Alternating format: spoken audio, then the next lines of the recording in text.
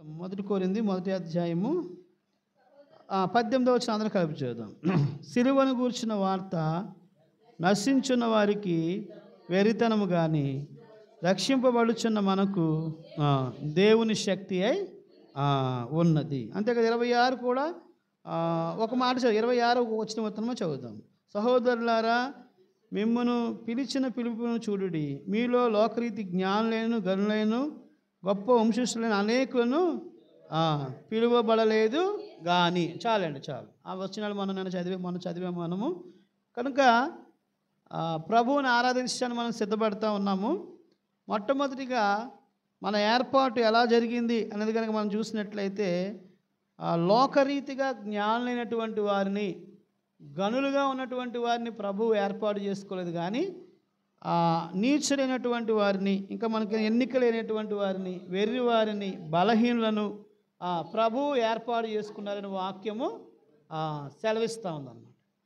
కాబట్టి మన ఏర్పాటు, మనం ఎలాగ ఏర్పాటు చేయబడ్డం అనేది ఒకసారి మనం జ్ఞాపకం చేసుకోవాలి. మందిరానికి వస్తున్నామంటే దేవుడు మనల్ని ఏర్పాటు చేసుకుని ప్రభు మందిరంలోకి మనల్ని పిలిచినట్లుగా వాక్యము సెలవిస్తుంది అన్నమాట. కాబట్టి మన పిలుపుని మనం రూఢీపరుచుకునే వారికి ఉండాలి. ఒకవేళ మనం అనుకుంటాం చాలాసార్లు పాస్టర్ గారు ఆహ్వానిస్తే మనం వచ్చామనో, లేకపోతే బంధువులు ఎవరైనా ప్రేరేపిస్తే మందిరాన్ని తీసుకొచ్చి మనం కూర్చున్నామనేది కాదు. కానీ దేవుడే మనల్ని ఏర్పాటు చేసుకున్నాడు.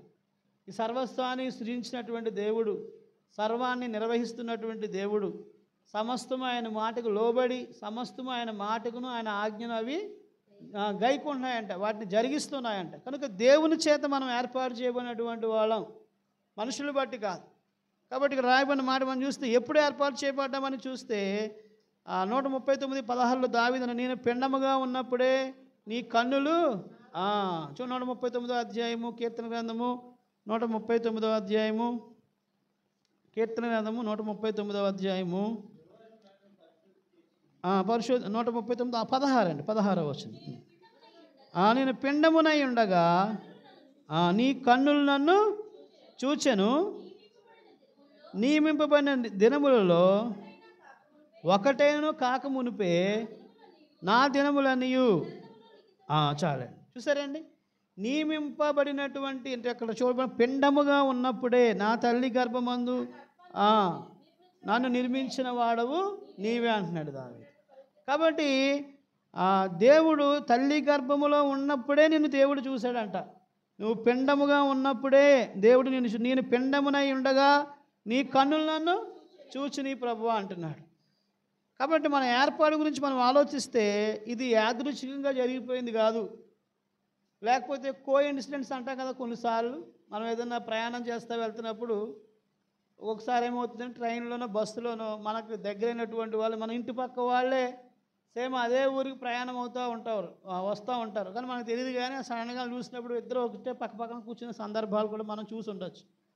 కోఇన్సిడెన్స్ అంటే ఒక అనుకోకుండా జరిగే సంఘటనలు అన్నమాట. కొన్ని ఉంటాయి మన జీవితాల్లో.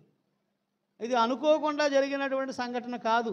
నువ్వు దేవుని సన్నిధికి రావడం, దేవుని మందిరంలో కూర్చుని దేవుని ఆరాధించడానికి దేవునికి ఒక ఉద్దేశాన్ని నీ హృదయంలో పెట్టడానికి గల కారణం ఏంటంటే, పిండముగా ఉన్నప్పుడే నీ కన్నులు నన్ను చూసి నీ ప్రభువా, నా తల్లి గర్భమందు నేను గర్భమందు నిర్మించిన నాడే నీవు నన్ను ఆయనే నిర్మించాడు తల్లి గర్భంలో. ఒకసారి ఆలోచించండి. చాలాసార్లు మనం అనుకుంటాము ఈ రోజున మనం సజీవులుగా ఉండి 40 సంవత్సరాలు 45 సంవత్సరాలు భూమి మీద మనం బ్రతికేసి ఉంటాం. అప్పటి వరకు కొంతమంది 50, వాళ్ళ ఏజ్ని బట్టి, వాళ్ళ యొక్క వయసుని బట్టి వాళ్ళ సంవత్సరాలు ఉంటాయి అనుకోండి. అసలు పిండ దశలోనే నువ్వు సజీవుడిగా లేకపోతే, నిన్ను దేవుడు బ్రతికించకపోతే దేవుడు ఉండేవాడు కాదు. మనం ఇలా చెప్తా వచ్చారనమాట. పిల్ల పుట్టిన వెంటనే ఏం చేస్తారు? పిల్లోడు పుట్టిన వెంటనే ఏడవాలంట. ఏడవకపోతే అతను ఏమైనట్లు లెక్క, ఇంకా చలనం లేనట్లు లెక్క అనమాట, చనిపోయినట్లు లెక్క అనమాట. కాబట్టి అప్పుడు వాళ్ళు ఏం చేస్తారు? ఆ పిల్లడు పుట్టిన తర్వాత ఆ కేక వేయకపోతే 2 కాళ్ళు పట్టుకుని పైకి పిల్లలు ఇలా పెడతారంట. ఇలా పెట్టి ఊపడం లేకపోతే గిల్లడం అన్నీ చేస్తారంట. ఎందుకు చేస్తారు అంటే, అలా చేసిన తర్వాత అతను మరి ఈ లోకంలో వచ్చాడు. అప్పటి వరకు తల్లి గర్భంలో ఉన్నాడు కదా. బయటికి వచ్చిన తర్వాత మరి తాను స్వరాన్ని ఎత్తే తాను గట్టిగా కేక వేస్తే అప్పుడు తాను బ్రతికినట్లు లెక్క అన్నమాట. ఒకవేళ అలా బ్రతకలేదు అనుకోండి, వెంటనే జరిగినా ఎవరైనా మరి పురుడు పోసుకున్నా వాళ్ళు ఏం చేస్తారంటే వాళ్ళ యొక్క బంధువులు అందరూ కూడా ఏం చేస్తారంటే హాస్పిటల్ యొక్క దగ్గర కూర్చుని ఎదురు చూస్తూ ఉంటారు. మగపిల్లడు పుట్టాడా ఆడపిల్లడు పుట్టాడా అని చూస్తూ ఉంటారు అన్నమాట. ఎందుకంటే వాళ్ళ ఆశ. ఇంకా కొంతమంది అయితే వింటూ ఉంటారు, సౌండ్ వింటూ ఉంటారు అనమాట. ఆ డోర్ దగ్గరికి వెళ్ళి ఆ పిల్ల స్వరం, ఆ ఆడపిల్ల స్వరమా మగపిల్లల స్వరమా అని వినేస్తూ ఉంటారు అనమాట. అంటే ఏంటి, ఆ ప్రసవం అయిన తర్వాత పిల్లకి మరి కెవ్వుమని కేక పెట్టకపోతే అతను ఏమైనట్లు, ఆ బిడ్డ ఏమైనట్టు అంటే చనిపోయినట్లు లెక్క అనమాట. కొన్నిసార్లు మనం వింటూ ఉంటాం, చూస్తూ ఉంటాం. మన కుమారికి కూడా 7వ నెల ఎప్పుడో వచ్చిన తర్వాత తనకి పిల్ల మరి ఏదో మొత్తం మీద లోపల కొద్దిగా తేడా వచ్చి మగపిల్లడు అంటే ప్రసవం అయిన తర్వాత మేము చూసాము. పుట్టేటప్పటికే ఆ అబ్బాయి చనిపోయే పుట్టాడు అనమాట. అంటే ఎందుకు ఈ మాట గుర్తు చేస్తున్నానంటే కొన్నిసార్లు మనం వింటూ ఉంటాం, చూస్తూ ఉంటాం చాలాసార్లు కొన్ని విషయాలు. మనం గుర్తు చేస్తున్నానంటే నువ్వు తల్లి గర్భంలోంచి నువ్వు జన్మించిన నాడు దేవుడు నీకు జీవం ఇవ్వకపోతే, దేవుడు నీకు సహాయం అందుకనే అంట ఈ ప్రేగును కూడా కట్ చేయరంట త్వరగా. తల్లి గర్భంలోంచి బయటకు తీసిన తర్వాత పిల్లోడికి మొన్న పాస్ట్గా చెప్తూ వచ్చారు, ఆ పేగు ఎప్పుడు కట్ చేస్తారంటే ఈ పిల్లోడు లోకంలోకి వచ్చి కెవ్వుమని కేకేసి వరకు కూడా తల్లి పేగులోంచి దాన్ని కట్ చేయడంట. అందుకనే అంటాడు కదా, మనం చూస్తాం ఎహెజ్కేలు గ్రంథంలో ఉంటుంది, ఏమంటే నువ్వు రక్తములో పొరలాడుతున్నప్పుడు నేను చూశాను అంటాడు దేవుడు.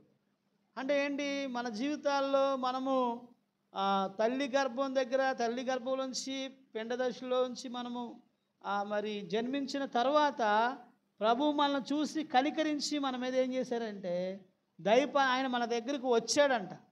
ఆయన వచ్చినప్పుడు మనం కేక పెడతామంట. ఆయన వచ్చి మనకి జీవాన్ని దేవుడు దయచేసాడు. చూడండి, ఆదామును కూడా ఎలా నిర్మించాడు దేవుడు, మట్టితో నిర్మించాడు. అంతవరకు అతను ఎలా ఉన్నాడు, మట్టి స్వరూపంలాగా ఉన్నాడు. తర్వాత అతను మరి ఒక శరీరం వచ్చింది కానీ తనకు చలనం లేదు. అప్పుడు ఏం చేయబడతా వచ్చింది, ఆదాము యొక్క నాసికారంధ్రంలో ఏం ఊదాడు దేవుడు, జీవవాయువు ఊదాడంట. అప్పుడు అతను చెల్లించడం మొదలుపెట్టాడు, లేచాడు. అప్పుడు దేవుడితో సహవాసం చేయగలుగుతా వచ్చాడు. అంతే. నేను ఎందుకు ఈ మాట గుర్తు చేస్తున్నానంటే నువ్వు ఇప్పుడు దేవుని మందిరానికి రావడం అనేది కాదు, కానీ అనాది కాలంలోనే దేవుడు నీ పట్ల నువ్వు తల్లి గర్భంలో పిండముగా ఉన్నప్పుడే దేవుడు నిన్ను ఏర్పాటు చేసుకున్నాడు. తల్లి గర్భంలో ఉన్నప్పుడే నీ కన్నులు నన్ను చూసి నీ ప్రభు అంటాడు. యెషయా గ్రంథము 49వ అధ్యాయం 1వ వచనం. యెషయా గ్రంథము 49వ అధ్యాయము 49వ అధ్యాయం 1వ వచనం.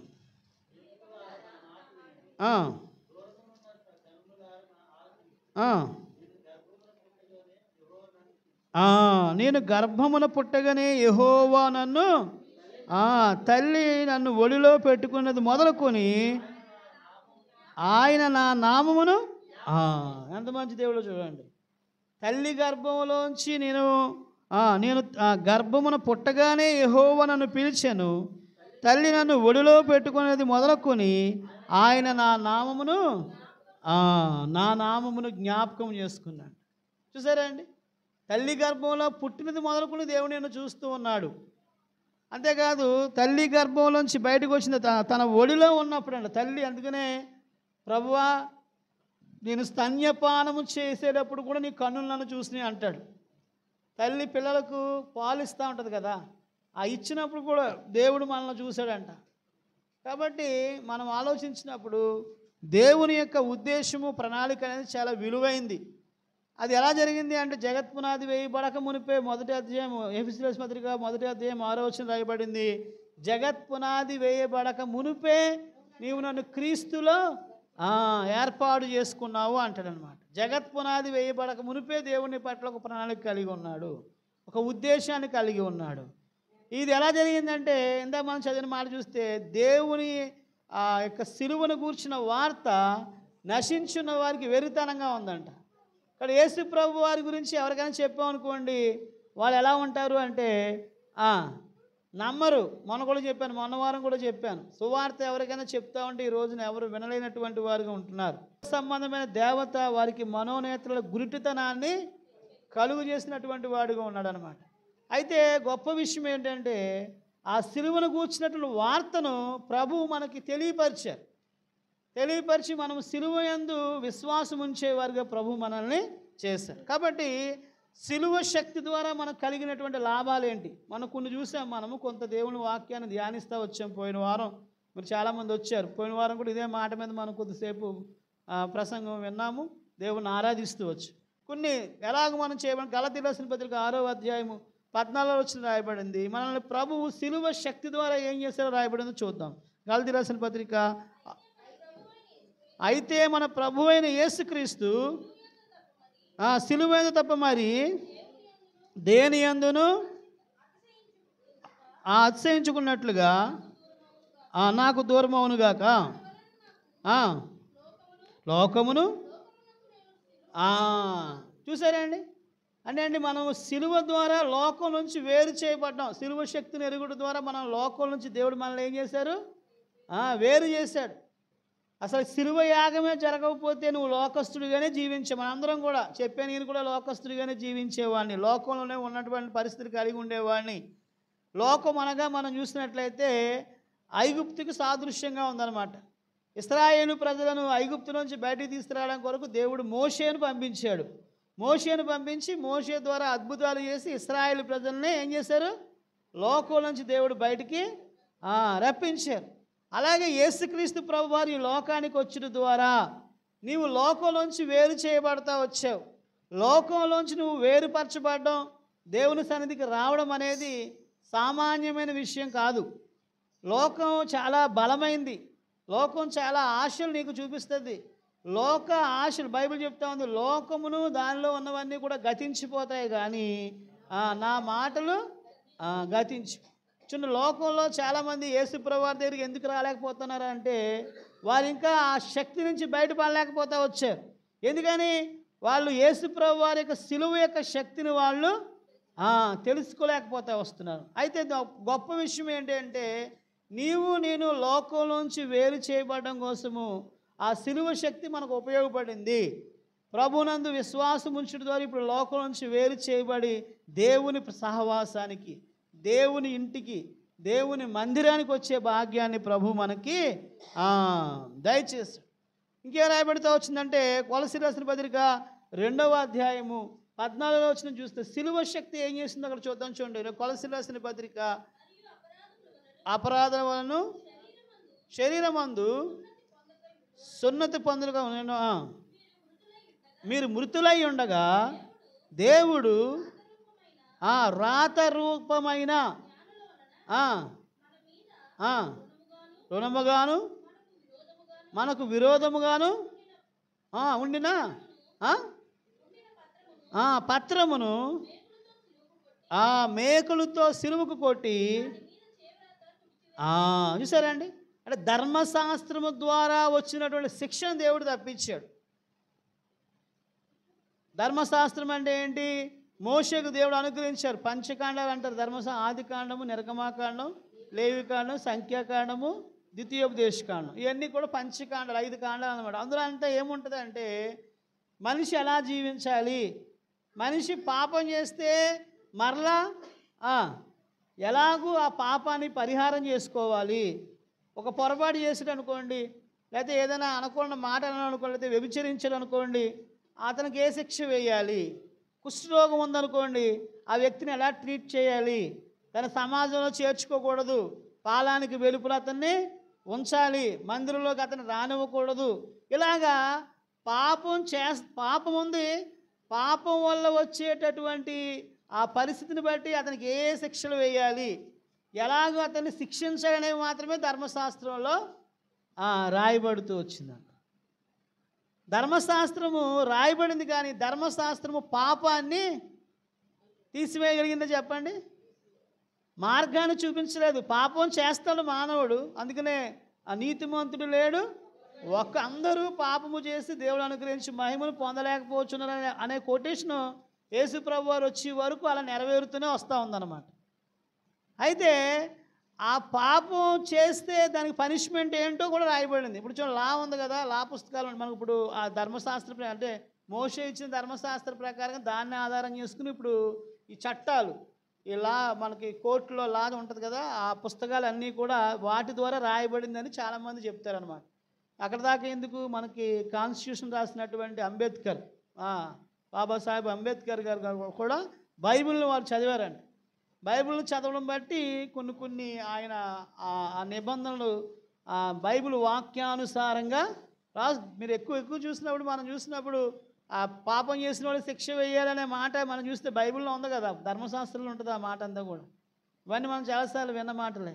అయితే ధర్మశాస్త్రం ఏం చేసింది అంటే పాపానికి శిక్ష ఏంటో చెప్పింది తప్ప పాపం ఎలా చెయ్యకూడదో అనే దాంట్లో రాయబల్ల.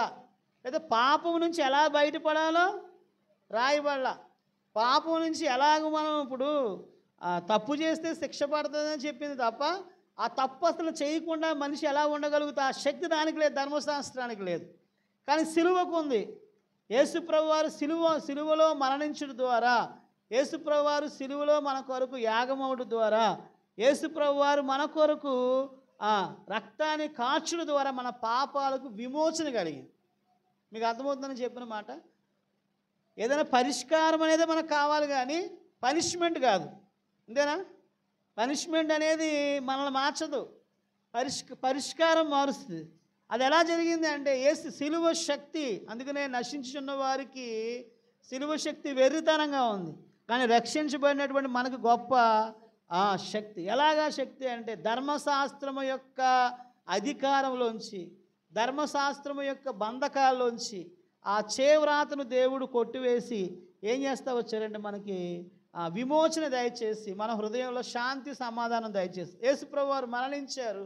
ఆ ప్రియుని యందు విశ్వాసం ఉంచడం ద్వారా, ఆయన యందు నమ్మకించడం ద్వారా ఈ రోజున మనం రక్షించబడినటువంటి వారిగా దేవుని మందిరంలో ఆరాధించడానికి దేవుడు మనకు సహాయము చేస్తూ ఉన్నాడు.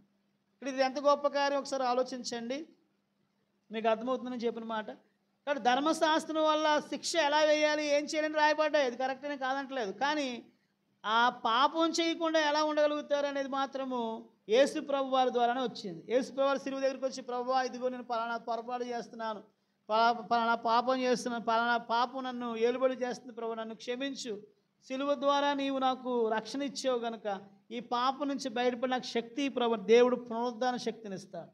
ఏ పాపానికైతే నువ్వు లోబడిపోయావో, దేని ద్వారా నీవు బంధించబడుతూ వచ్చావు, ఆ బంధకాల నుంచి దేవుడు తెంపి నేను స్వతంత్రుడుగా దేవుడు అంటే అర్థం ఏంటంటే ధర్మశాస్త్రము ద్వారా వచ్చినటువంటి ఆ శక్తిని దేవుడు, ఆ యొక్క భయంకరమైన పరిస్థితులను దేవుడు తొలగించి దేవుడు నీకు ఆయన కృపను దయచేస్తా వచ్చు. తర్వాత రోమీయులకు రాసిన పత్రిక 6వ అధ్యాయము 6వ వచనం, రోమీయులకు రాసిన పత్రిక 6వ అధ్యాయము, రోమా 6వ అధ్యాయము 6వ వచనం.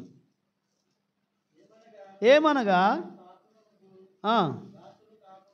నేను పాపములకు దాసుడు కాకున్నట్లుగా, పాప శరీరం నిరర్ధకమగునట్లుగా మన ప్రాచీన స్వభావమును ఆయనతో కూడా సిలువబడినదని చూసారండి. చాలండి, ప్రాచీన స్వభావం సిలువ వేయబడింది. యేసుప్రభు వారి సిలువ యందు మనం విశ్వాసం ఉంచడం ద్వారా, యేసుప్రభు వారికి సిలువ శక్తిని మనం ఆశ్రయించడం ద్వారా మన ప్రాచీన స్వభావం ఏమైందంట, సిలువ వేయబడిందంట. అందుకనే క్రీస్తునందు ఉన్నవారు నూతన సృష్టి, ఇదిగో పాతవి గతించినని రాయబడతా వచ్చింది. పాత అంటే మనలో ఎప్పుడు మీరు గుర్తుపెట్టుకోండి, మన జీవితాల్లో వీళ్ళిద్దరూ కొనసాగుతూనే ఉంటారు. రెండు ఉంటాయి మనలో, ప్రాచీన స్వభావము, తర్వాత నవీన స్వభావం. ప్రాచీన పురుషుడు మనలో ఉంటాడు. అపోస్తలుడైన పౌలు చెప్తా వచ్చిన ఆ విషయాలు మనం గమనించినప్పుడు, యేసుప్రభువుని నమ్ముకున్న తర్వాత కూడా ఉంటాడా అంటే ఉంటాడు. ప్రాచీన స్వభావము యేసుప్రభువుని నమ్ముకున్న తర్వాత కూడా మనలో ఉంటాడు.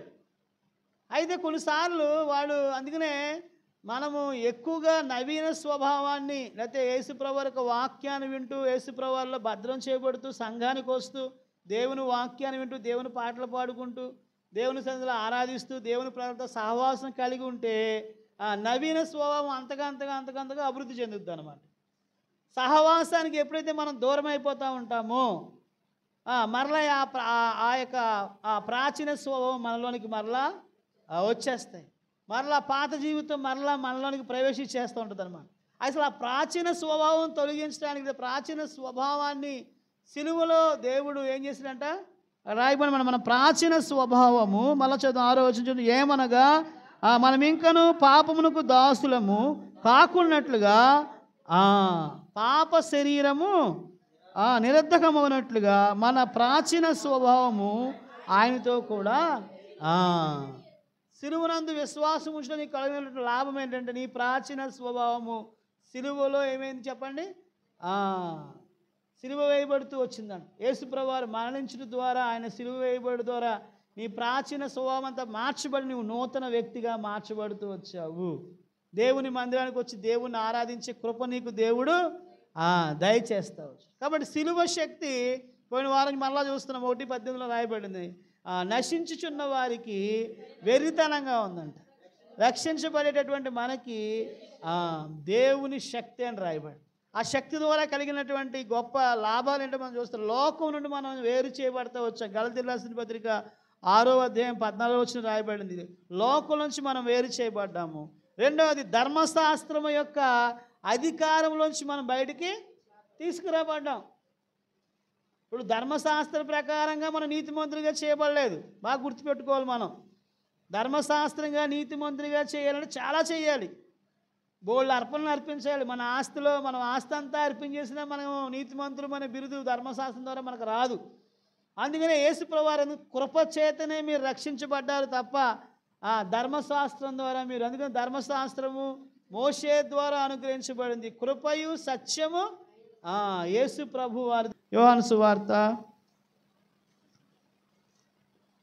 1:17 నేను చదువుతున్నానండి. ధర్మశాస్త్రము మోషే ద్వారా అనుగ్రహించబడెను, కృపయు సత్యమును యేసుక్రీస్తు ద్వారా ఎవడును ఎప్పుడైనా దేవుని చూడలేదు, తండ్రి రొమ్మున అద్వితీయ కుమారుడే ఆయనను. ధర్మశాస్త్రం మోషే ద్వారా అనుగ్రహించబడి మీకు చెప్తా వచ్చాను. ధర్మశాస్త్రం పాపం ఏంటో చెప్తుంది, పాపానికి వచ్చే పర్యవసానం ఏంటో చెప్పుద్ది, పాపం చేసిన వ్యక్తికి ఏ శిక్ష వేయాలో చెప్పుద్ది. కానీ పాపాన్ని చెయ్యకుండా ఉండే శక్తి మాత్రం అది ఇవ్వలేదు. పాపాన్ని పూర్తిగా అది నిర్మూలన చేయలేదు, పాపం నుంచి మళ్ళీ బయటికి తీసుకురాలేదు. అందుకనే చూడండి, మనం చూసినప్పుడు ఇశ్రాయేలు ప్రజలు ప్రతి సంవత్సరం ఏటేటా బలులు ఇచ్చేవారు, మరలా ఆ సంవత్సరం అంతా మరలా వాళ్ళ ఇష్టానుసారంగా జీవిస్తూ వచ్చేవారు. అది గొప్ప విషయం ఏంటంటే యేసుక్రీస్తు ప్రభు వాళ్ళకి వచ్చిన తర్వాత మనల్ని ప్రభు ఆయన సిలువ శక్తి అందు విశ్వాసం ఉంచడం ద్వారా పాపాన్ని జయించగలిగే శక్తిని ప్రభు మనకి దయచేస్తావు. తర్వాత మనము గలతీయులకు రాసిన పత్రిక 2:20 చదవండి వస్తే. గలతీయులకు రాసిన పత్రిక 2వ అధ్యాయము 20 2:20 2వ అధ్యాయము. నేను క్రీస్తుతో కూడా సిలువ వేయబడి తిని, ఇకను జీవించువాడు నేను కాను, క్రీస్తు నా యందు జీవించున్నాడు. ఇప్పుడు శరీరమందు జీవించుచున్న జీవితము నన్ను ప్రేమించి నా కొరకు తన్ను తాను అప్పగించుకునిన దేవుని కుమారుని యందలి. ఎంత మంచి మాట చూసారండి. ఇప్పుడు నువ్వు జీవిస్తున్న జీవితం ఎలా వచ్చింది నీకు? దేవుడు నీ కొరకు మరణించడం ద్వారా. మళ్ళా చదవండి, మా 2వ అధ్యాయం గలతీయులకు. నేను క్రీస్తుతో కూడా సిలువ వేయబడి ఉన్నాను, ఇప్పుడు జీవించువాడను నేను కాను, క్రీస్తు నా యందు జీవించున్నాడు. నేను శరీరమందు జీవించిన జీవితము నన్ను ప్రేమించి నా కొరకు తన్ను తాను అప్పగించుకున్న దేవుని కుమారుని యందలి విశ్వాసం వలన. ఎంత మంచి మాట అది. కాబట్టి కుమారుని యందు విశ్వాసము ద్వారా నిన్ను జీవించేవాడిగా చేసుకున్నాడు. ఏది విశ్వాసం అది? ఏది నమ్మాం మనం? రోమీయులకు రాసిన పత్రిక రోమాపత్రిక 10వ అధ్యాయం 12వ వచనం. రోమీయులకు రాసిన 10వ అధ్యాయం. గ్రీసు దేశస్తులు యూదులని గ్రీసు దేశస్తులని భేదం లేదు, ఒక్క ప్రభువే అందరికీ ప్రభువే ఉండి తన ప్రార్థన చేయి వారి అందరి ఎడల కృప చూపుటకు ఐశ్వర్యవంతుడై ఉన్నాడండి. చూడండి, గ్రీసు దేశస్తులని లేదు, యూదులని లేడు, ఏ భేదము లేదంటే దేవునికి. ప్రభు అందరికీ ప్రభు అండి. కాబట్టి ఎవరైతే ఆయనకు ప్రార్థన చేసుకున్నామో, ఎవరైతే ఆయన యందు విశ్వాసం ఉంచారో, ఎవరైతే ఆయన నామందు నమ్మిక ఉంచి ప్రభువా నేను పాపిని నన్ను క్షమించు ప్రభువా అని అడుగుతూ వచ్చారో వారందరినీ కూడా అందుకనే నోటితో ఒప్పుకుని హృదయమందు విశ్వాసం ఉంచువాడు ఏమవుతాడు చెప్పండి, రక్షించబడతానని రాయబడతాడు. కాబట్టి నోటితో ఒప్పుకున్నాం మనం, అంతే. ఏం చేస్తాం మనం చెప్పండి? మనం సిలువ వేయించుకున్నామా? మనకేదైనా శిక్ష పడిందా పాపానికి? కానీ మనం ఒకటి నమ్మాం, యేసు ప్రభువారు నా పాపముల కోసము, నా యొక్క అతిక్రమముల కోసము, నా దోషముల కోసం ఆయన చనిపోయాడు, ఆయన మరణించి తిరిగి లేచాడు అని విశ్వాసం ఉంచాం. విశ్వాసం ఉంచడం ద్వారా మనం నీతిమంతులుగా తీర్చబడుతూ వచ్చాం. అదే మనం చూస్తాము, గ్రీసు యూదులను లేదు, గ్రీసు దేశస్తులను లేదు, మనందరికీ ఒకటే ఆయన ప్రార్థన చేయి వారందరికీ కూడా ఆయన కృపను దయచేస్తూ వచ్చారు. నువ్వు కూడా కృప పొందుకున్నావు. కృప ద్వారానే మనము రక్షించబడ్డాం, కానీ ధర్మశాస్త్రం ద్వారా మనము రక్షించబడలేదు. అంటే శరీరానుసారమైనటువంటి పరిస్థితుల్లోంచి దేవుడు మనల్ని బయటికి తీసుకొచ్చారు. ఇప్పుడు జీవిస్తున్న జీవితం ఆత్మానుసారంగా మనం జీవిస్తూ ఉన్నాం. ఆత్మానుసారంగా ఎలా జీవిస్తున్నాం కూడా దానికి మరి ఎలాగంటే దానికి రుజువు అంటే, ఇప్పుడు దేవుని మందిరానికి వచ్చి కూర్చున్నాం, దేవుని ఆరాధించడానికి సిద్ధపడుతున్నావు, పాటలు పాడుతూ ఉన్నావు, వాక్యాన్ని చదువుకుంటూ ఉన్నావు, దేవుని సన్నిధిలో మొరపెడతా ఉన్నావు. ఇవన్నీ కూడా ఆత్మానుసారమైన లక్షణాలు అన్నమాట. ఇవన్నీ కూడా ప్రభువు మనకు నేర్పించి శరీరానుసారమైన పరిస్థితుల నుంచి మనల్ని బయటికి తీసుకొచ్చి ఆత్మానుసారులుగా ప్రభువు మనల్ని మార్చుకోవడము జరుగుతూ వచ్చింది. గలతీ రాసిన పత్రిక 3వ అధ్యాయం మొదటి వచనం చదువు. గలతీ రాసిన పత్రిక 3వ అధ్యాయం మొదటి వచనం.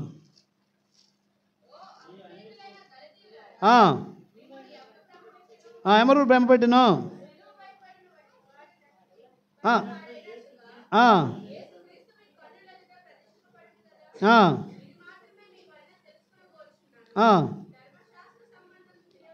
క్రియల వలన ఆత్మను పొందితిరా. విశ్వాసము ద్వారా, వినుట ద్వారా మనం ఏం పొందాము అనే బైబిల్ చెప్తుంది. అపోస్తలుడైన పౌలు వినుట వలన విశ్వాసం కలుగునని రాయబడుతున్నాడు. వినుట ఎవరి వల్ల కలుగుద్ది? క్రీస్తు వల్లే కలుగుద్ది అంట. ఇప్పుడు మందిరానికి వచ్చారు, మీరు కూర్చుంటారు, వాక్యాన్ని చెప్తూ ఉంటాము.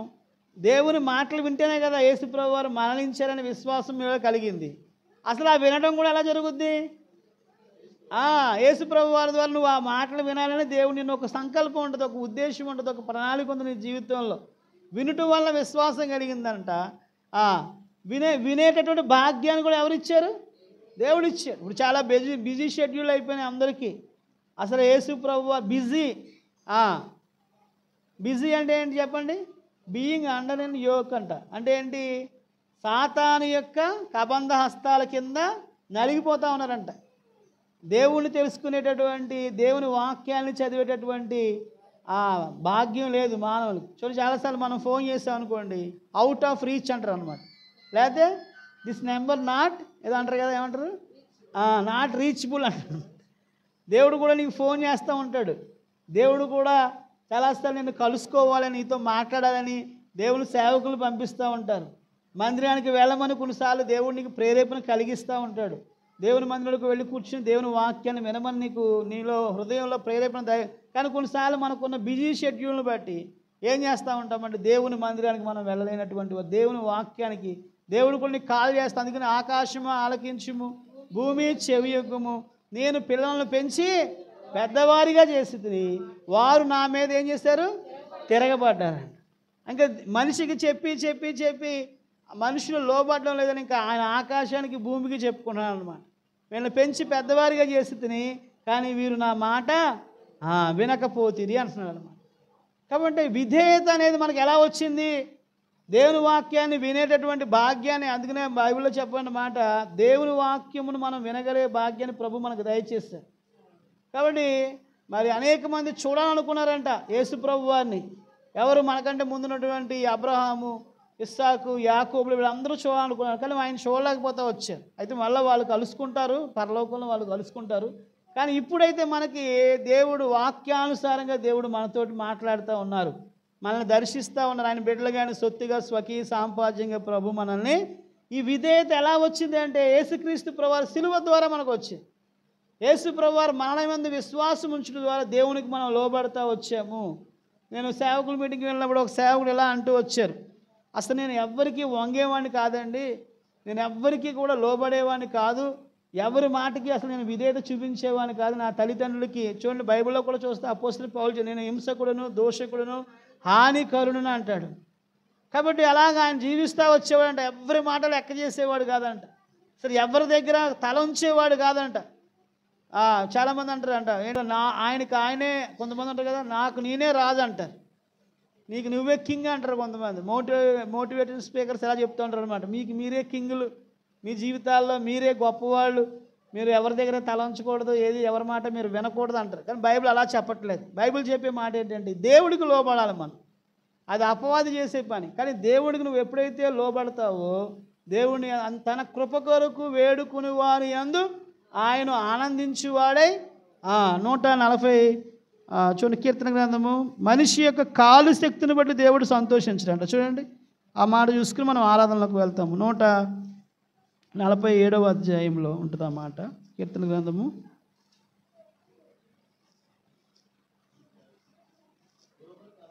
అది గుర్రముల బలమందు నేను ఆయన సంతోషించడు, నరుల కాలు శక్తివందు ఆయన ఆనందించడు, తన యందు భయభక్తులు గలవారి యందు తన కృప కొరకు వేడుకుని వారి యందు.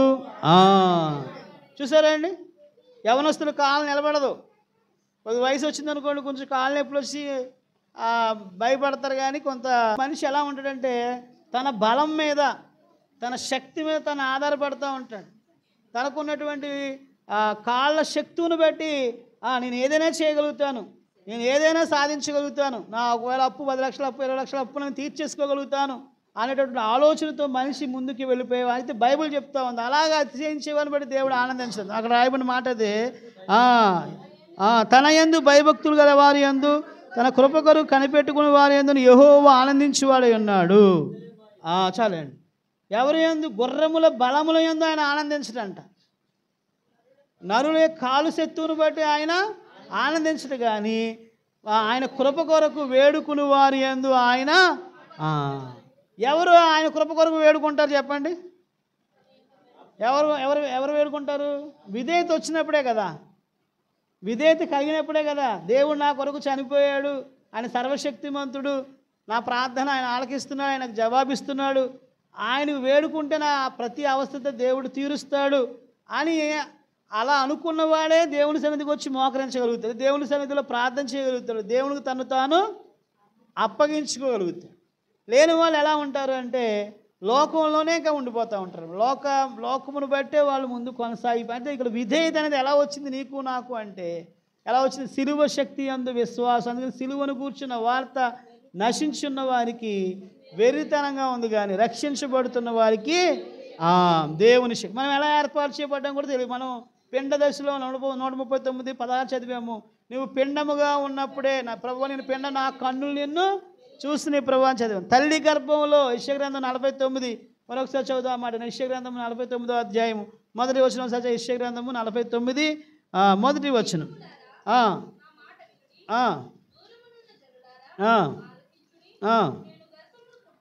నేను గర్భమును పుట్టగానే దేవుడు ఎప్పుడు పిలిచాడంట? ఎప్పుడు దేవుడు సంకల్పం ఉందో నీ మీద? నువ్వు గర్భంలో పుట్టగానే నిన్ను దేవుడు పిలిచాడు. ఆ తర్వాత తల్లి నన్ను ఒడిలో పెట్టుకున్నప్పుడు ఆయన మనల్ని జ్ఞాపకం చేసుకున్నాడంట. తల్లి గర్భంలో పిండంగా ఉన్నప్పుడు చూశాడు, ఒడిలోకి వచ్చి చూశాడు. కొన్నిసార్లు అంటాడు, నా బాల్య దశలో నీవు నన్ను చూసావు ప్రభువా అంటాడు దావీదు అంటాడు. నా వృద్ధాప్యంలో కూడా నువ్వు నన్ను చూస్తున్నావు, ముదువు వచ్చే వరకు ఎత్తుకుని వాడవు నీవే అంట. అంటే మానవ జీవితంలో దేవుని ప్రణాళిక ఎలా ఉంటుంది అంటే ఆయన ఎవర్ లాస్టింగ్ లవ్ అంటారు దాన్ని. అంటే అంతము లేని ప్రేమ అనమాట, అంతరాలు ఆశించినటువంటి ప్రేమ. ఇంకా చెప్పాలి అంటే మరి దేవుడు మన యొక్క జ్ఞానానికి మించినటువంటి అధికమైన ప్రేమతో మనల్ని దేవుడు ఆయన ప్రేమను మనము వర్ణింప జాగ్రత్త. ఒక ఆయన అంటాడు, ఒక సిర తీసుకుని సముద్రం అంత ఇంకుతోటి రాసిన ఏంటంటే ఆయన ప్రేమను మనము పూర్తి చేయలేమంటుందండి. ఎన్ని లెటర్స్ సముద్రం అంత నీళ్ళు అంటే ఎంత ఇంకు వస్తుంది చెప్పండి? అంత ఇంకుతో రాయడం మొదలుపెట్టి నేను రాస్తూ వచ్చిన దేవుని ప్రేమను నేను పూర్తిగా చెప్పలేను, ఇంకా ఏదో ఒకటి నేను మర్చిపోతాను అంటున్నాడు. కాబట్టి ఒకసారి ఆలోచించుకుందాం, మన జీవితంలో దేవుడు ఆయన చేసిన కార్యాలను ఒకసారి మనం జ్ఞాపకం చేసుకుందాము. సిలువను కూర్చున్న వార్త నశించున్న వారికి వెరితనం, కానీ దేవుని యందు విశ్వాసం ఉంచినటువంటి వారికి దేవుని శక్తి అయి ఉన్నది. దానివల్ల కలిగిన లాభాలు చూస్తే లోకం నుండి మనం వేరు చేయబడ్డాము. రెండవది ఇంకా ఫిలిప్పీయులకు రాసిన పత్రిక 2వ అధ్యాయం 8వ వచనం కూడా చదివాను. ఆ మాట కూడా చదివేసుకుని మనము ఆరాధనకు వెళ్ళిపోతాం. ఫిలిప్పీయులకు రాసిన పత్రిక 2వ అధ్యాయము 8వ వచనం. మరియు ఆకారమందు మనుషుడిగా కనబడి మరణము పొందినంతగా, సిలువ మరణము పొందినంతగా విధేయత చూపిన వాడై తన్ను తాను తగ్గించుకున్న, అందుచేతను పరలోకమందున్న వారిలో కానీ భూమి మీద ఉన్న వారిలో కానీ ప్రతి మోకాలు, సిలువ శక్తి ఎంత గొప్పది అంటే ప్రతి మానవుడు మోకరించి ఆయన సన్నిధిలో ప్రార్థించేటటువంటి కార్యాన్ని దేవుడు చేశాడు అన్నమాట. ప్రతి వాళ్ళు కూడా ఇప్పుడు మోకరించగలుగుతున్నాము అంటే అది కేవలము సిలువ శక్తి ద్వారా జరిగిన కార్యం అన్నమాట. ఎందుకు అలా జరిగిందంటే ఆయన విధేయత చూపించాడు. సిలువ మరణం అంటే భయంకరమైనదని చాలాసార్లు చెప్పాను మీకు నేను. రోమా ప్రభుత్వం వాళ్ళు చివరికి ఒక వ్యక్తికి ఒక వేయగలిగిన శిక్ష అంటే లాస్ట్ అనమాట, ఇంకా అంతకంటే మించిన శిక్ష ఇంకేమీ లేదు. అదేంటంటే ఘోరమైన నీచమైనటువంటి సిలువ అనమాట. ఆ సిలువ వేయబడినటువంటి వ్యక్తి ఇంకా భయంకరమైనటువంటి వారిగా అంటే వాళ్ళు చూస్తారు. ఇంకా చెప్పండి, యేసుప్రభు వారి మీద ఉమ్ములు వేయించుకున్నాడు ఆయన. చూసినప్పుడు ఆయన కొడాలతో కొట్టబడ్డాడు, అపహాసం చేయబడ్డాడు, గేలి చేయబడతా వచ్చారు. ఆ దొంగలు అటుపక్క కుడి పక్కన ఎడం పక్కన ఉన్నటువంటి వారు, దొంగలు ఒక ఎడం పక్కన ఉన్న వ్యక్తి అంటున్నాడు, నీవు దేవుని కుమారుడు అయితే నిన్ను నువ్వు రక్షించుకుని మమ్మల్ని రక్షించు. కింద నుంచి ఉన్న వాళ్ళు అటు ఇటు తిరుగుతూ వెళ్ళినటువంటి వారు కొంతమంది అన్నారు, ఏదైనా యెరూషలేము యొక్క దేవాలయాన్ని పడగొట్టి మరలా 3 దినాల్లో కట్టేస్తానంటున్నాడు. కానీ ఈయనే సిలువ మీద ఇప్పుడు అవహేళన చాలామంది చేస్తున్నారు అనుకోండి. మనం కూడా చెప్పుకున్నాం ఆయన గురించి, రాధా మనోహర్ దాస్ అని. అలాంటి వాళ్ళు 3 మేకులు పీక్కోలేని వాడు దేవుడు ఏంటి అని అంటున్నారు చాలామంది. నేను అంటున్నాను, అసలు ఆ సిలువ అనేది జరగకపోతే నీ జీవితంలో నా జీవితంలో రక్షణ కార్యము జరిగించబడేది కాదు. కాబట్టి అందుకనే ఆయన విధేయత చూపించి సిలువ ద్వారా, అందుకనే మరి ఆయన సిలువలో మరణించడం ద్వారా ఇప్పుడు మనం ఆయన సన్నిధిలో మోకరించగలిగే భాగ్యాన్ని ప్రభు మనకి దయచేస్తాం. కాబట్టి సిలువ శక్తి ఎంత గొప్పది.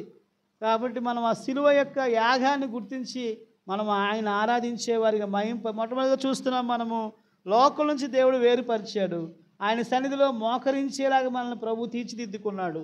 ధర్మశాస్త్రం యొక్క ప్రభావం నుంచి దేవుడు మనం బయటికి తీసుకురాబడింది. శరీరానుసారమైనటువంటి జీవితం ఇప్పుడు మనము దేవుని కొరకు జీవించేలాగా దేవుడు మనల్ని మార్చుకున్నాడు. ప్రాచీన స్వభావాన్ని దేవుడు ఏం చేశాడు, ఆయన సిలువ మీద మ్రేకులతో సిలువ వేయించిన ఆయన సిలువ వేయడం మన ప్రాచీన స్వభావం అంతా కూడా మార్చబడుతూ వస్తూ ఉంది. మళ్ళీ చెప్తున్నాను, పూర్తిగా మారిపోలేదు మనం ఎవరం కూడా. ఇందా చెప్పాను, ప్రాచీన స్వభావం నవీన స్వభావం 2 మీలోనే ఉంటాయి, నాలో కూడా ఉంటాయి. కొన్నిసార్లు ప్రభుకి మనం లోపడలేదు అనుకోండి, ప్రభు వాక్యాన్ని వినట్లేదు అనుకోండి, దేవునికి విధేయత చూపించట్లేదు, లేకపోతే సహవాసాన్ని రావడం, అప్పుడు మరలా ఈ నవీన స్వభావం తగ్గిపోయి మళ్ళీ ప్రాచీన స్వభావము. మోషే కూడా చూడండి, ఎంతో సాత్వికుడని రాయబడింది, కానీ ఒక చోట ఏం చేశాడు, ఇశ్రాయేలు ప్రజల మీద కోపపడుతూ వచ్చాడు. అంటే ఎందుకు ఈ మాట గుర్తు చేస్తున్నానంటే, అందుకనే మనకు బల్ల దేవుని సహవాసం, దేవుని ఇల్లు. ఎందుకంటే ప్రభు సన్నిధికి వచ్చి మనం మరలా మనం నవీన స్వభావాన్ని మనము దాన్ని పెంచుకోవడం కోసం ప్రభువులో మనం ఇంకా ఆత్మీయంగా అందుకనే రక్షించబడినటువంటి వ్యక్తి మరి మారు మనసు పొంది బాప్తిసం తీసుకున్నటువంటి వారు, ప్రభువుని అంగీకరించినటువంటి వారు లోకంలో ఉండకూడదు. లోక స్నేహము దేవునితోటి వైరమని రాయబడి 6 నెలల సహవాసము ఏం చేస్తుందంట, వారిని వీరిగా చేసేద్దనమాట. ఒకరితో సహవాసం చేస్తుంటే వాళ్ళలాగా మారిపోతాం మనం. సహవాస దోషం అంత భయంకరమైంది. అందుకని కీర్తన గ్రంథం మొదటి దుష్టుల ఆలోచన చెప్పు నడవక, పాపుల మార్గము నిలవక, అపహాసులు కూర్చుని చోటున కూర్చుండక, దివారాత్రమును ఆయన ధర్మశాస్త్రమును ధ్యానించువాడు ధన్యుడు.